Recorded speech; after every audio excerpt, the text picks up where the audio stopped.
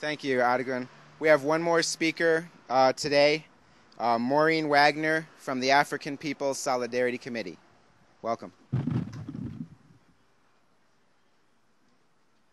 Uhuru. As been stated, my name is Maureen Wagner, and I'm a member of the African People's Solidarity Committee. The African People's Solidarity Committee is an organization of the Uhuru movement that organizes in white communities for support for African community programs of the Uhuru movement and to change our historical relationship to African people and other colonized people around the world. I'm not sure if you can hear this. What we see happening here today in Oakland is not separate or different from what we see happening around the world in the whole question of resources of peoples to survive, to develop, and to maintain their life. We live in a society that was built from enslavement of African people, that was built by the theft of the land that we're standing on here today in California, in Oakland, and the theft of the resources for the benefit of European and white societies. Oakland is no different.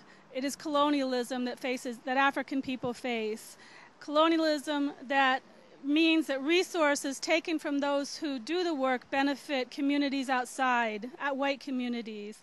And we want to say that as white people that we cannot continue to take a stand where we live at the expense of African and other peoples around the world. African people in Oakland are part of a worldwide peoples. They are one African people wherever they are. They were dispersed through slavery and colonialism. Historically, white people have participated in the process of taking the resources and colonizing the people. We saw it in the participation of going west to develop this country, killing the indigenous populations. We saw it in Africa, where white people would participate in colonialism for the theft of the diamond, the gold, the bauxite, the coltan, in exchange for land and resources and wealth. And today we call on white people to take a different stand than this. West Oakland is strategic to the white community and to white corporations. It is close to San Francisco. It has vast amounts of property, Victorians, and warehouses. But what we see is that African people who have historically lived in West Oakland face conditions where they can no longer survive. 80% of the historically African population of West Oakland is renters, which means that they cannot afford to buy a house to live in. And yet here in Oakland what we see is increased gentrification, white people buying houses, flipping them for a profit, or buying houses and doubling their resources in a few short years and leaving the community. We see in West Oakland the development of art villages, art condos, live workspaces that are surrounded by very tall, very dense fences to keep out the community under the guise of developing an alternative lifestyle, but at the expense of African people.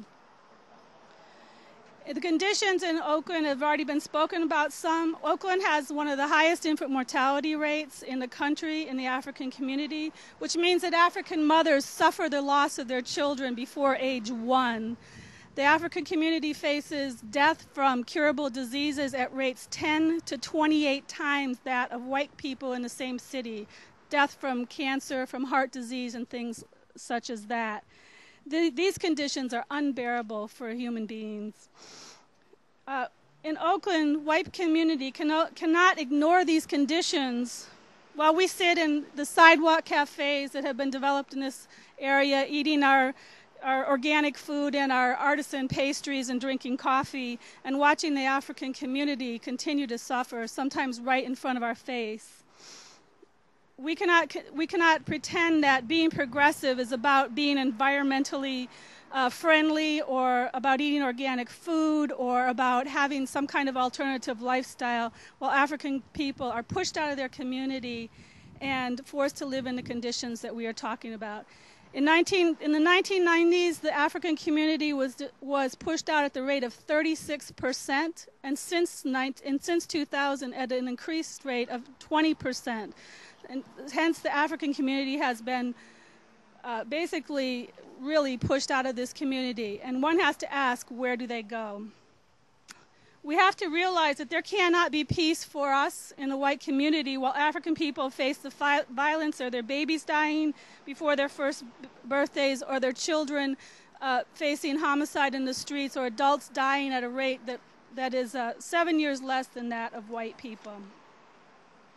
In the 1960s, there was a very powerful movement of African people in the city under the leadership of the Black Panther Party. This movement sought to solve the problems that faced African people. It was recognized and honored around the world. It had programs for breakfast for school children. It had school programs. It attempted to push back the police violence against the African community. Today, the Uhuru movement is calling for real economic development in the African communities throughout Oakland.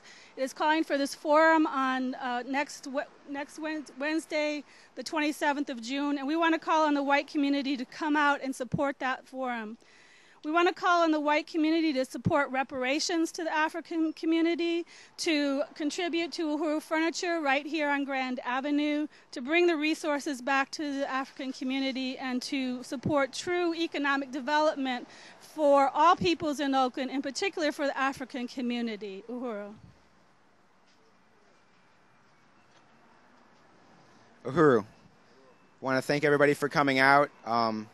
And I hope that you can make it to the forum in 2 Wednesdays from today on the 28th, just up the street here at the Kahila Community Synagogue. Again, 1300 Grand Avenue. It'll be from 7 till 9 p.m. Wednesday the 27th. And it is on Grand, right across from the Ace Hardware, just as you enter into Piedmont. Thank you for coming.